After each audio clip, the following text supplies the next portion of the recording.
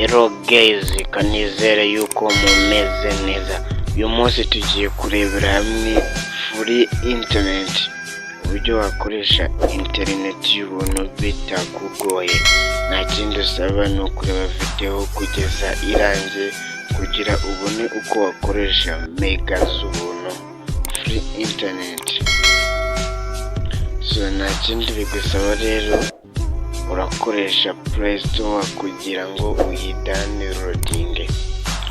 Urakoresha Android ni Play Store, urakoresha iyi za fresh. Niyo urakoresha niyo uri bunyureho urya kuyidownloadinga iyi application ngiye kuba nakwereka.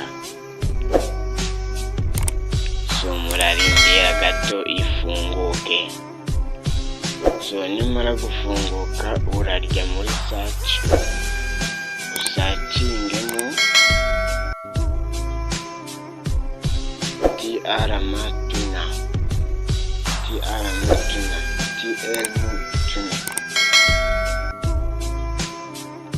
Gutya miranditse niko nawe uri bubyandike, hanyuma ukore search.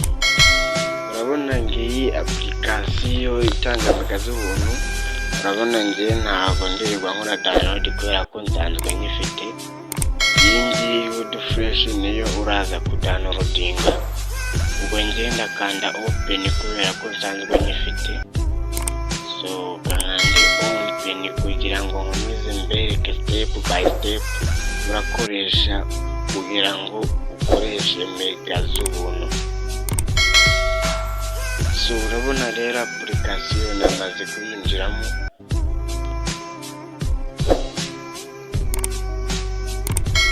So nukuvuga ngo ino application rero akadefo kunja kugira wenda atari kabi cyane, nukuvuga ngo ino application ubwa mbere ntabwo ipfa kwemera gukoresha free.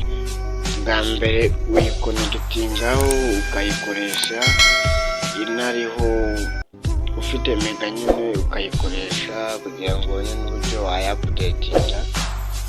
Byose nibyo ngiye kukwereka kugira ngo nawe ube wabimenya, ufite uburyo bwo kuba wakoresha internet y'ubuntu. Ibyo nkubwira ni ukuri kandi ntabwo nkubeshya, wowe yirebe. So dutangiye, uraza gukora server ya mbere, urakanda Wood Fresh.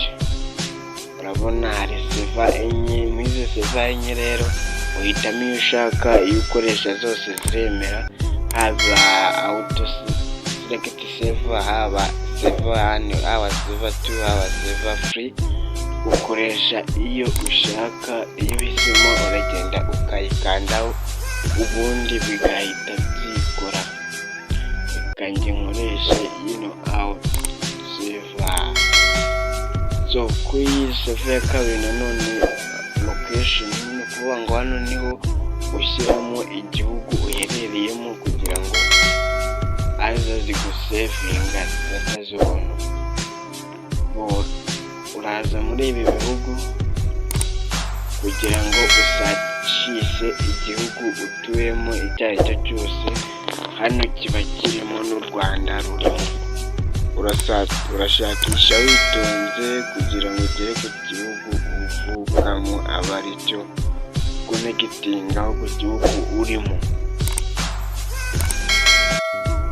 So urabona ngaha hatageze, urabona hari Airtel na MTN Mango Free zose zibamo. Nimba ukoresha Airtel urakanda kwa ka mbere na ka kabiri, utete Wood Fresh ku muntu ukoresha Airtel, ariko uraza guhita ukandaho.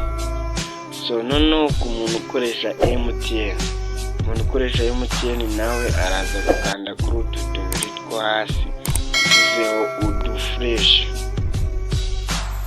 So njye kamitemo Airtel kubera ko niyo nkoresha. So iyo umaze guhitamo rero hariya hejuru, nta kindi uba usigaje ni ugukora start niyo uba usigaje kugira ngo ube wakonectinga free internet, ube connected. So mbere rero yo guhitamo seva ntabwo byemera utarakora update. Biba bisaba gukora update hano handitse agafureshi kugira ngo ubone ibihugu ukonegitingaho. Ni ukubanza ugakora update, yamara gukora update ukabona uko ugakora connected. So urabona ndakonegitinze bihise byemera. Nawe rero numara gukora ziriya step zose nkweretse, ubwa mbere ni ukubanza uka-updatinga, wamara kuya-updatinga ukabona ugahitamo save, wamara kuzihitamo ubundi ugakora start, ukemeza nyine kugira ngo bibe connected. So rero no kuri YouTube ko byakwemera. Urabona video zaje gusa kubera ko aba ari urufunguzo internet y'ubuntu. Iyo uplayinze video hari igihe baguha akavideo ko kwamamaza, ugategereza kakabanza kakarangira kugira ngo urebe video wifuza, nuko babanza kuba baguha ako kwamamaza.